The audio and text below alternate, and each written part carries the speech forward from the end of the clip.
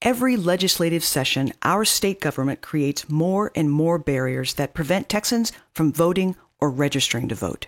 We're told that these policies protect the integrity of our elections, but in practice, they're barriers created to discourage voter registration and participation. You practically need a PhD just to help one Texan register to vote. If you help your grandmother fill in the complex, outdated mail-in registration form, well, that's a felony. To avoid criminal charges, you'll have to take a class in person at the county registrar's office where your grandmother lives and become deputized. If you want to help any Texan register to vote, you'll need to drive to all 254 county registrar's offices and get deputized in each. Even if you're deputized, only the person registering to vote is allowed to mail in the form. Otherwise, the deputy has 5 days to deliver the forms in person at each county office, or all registration forms become invalid, and again, the deputy can be criminally prosecuted. To complicate things even more, if a year ends in an even number, you got to go back to every county and get deputized again.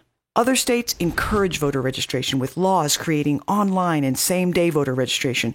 Just last year, our state government tried to pass a law making it a felony to make an honest mistake completing your own registration form.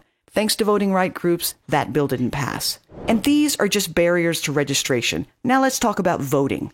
Last year, our state outlawed the 100-year-old practice of temporary polling locations across the entire state. Temporary polling locations served retirement homes, assisted living facilities, hospitals, college campuses, and rural communities that don't require full-time polling locations. And now, all of those citizens, many without transportation, have to find their way to a full-time polling location to vote. Unfortunately, instead of increasing full-time polling locations, our state has been closing them by the hundreds. In 2013, the Supreme Court overturned the Voting Rights Act that protected our elections from discrimination. Since then, 750 polling locations have closed. 542 of those are in the 50 counties that have the largest growth of Hispanic and Black populations.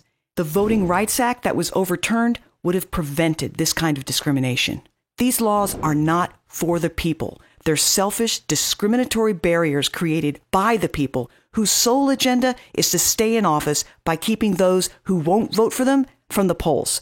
The only way we can overcome this is if we all bite the bullet, jump through all these restrictive hoops, and use the power of our vote to elect candidates in 2020 who will create laws for the people. We need candidates who will pass inclusive laws like online voter registration, statewide vote by mail, and convenient countywide polling locations. This is why we built the Texas 2020 Voter Guide that features 10 nonpartisan solutions called 10 for Texas, and a tool to help you find candidates in your districts who will ban the barriers to elections in Texas.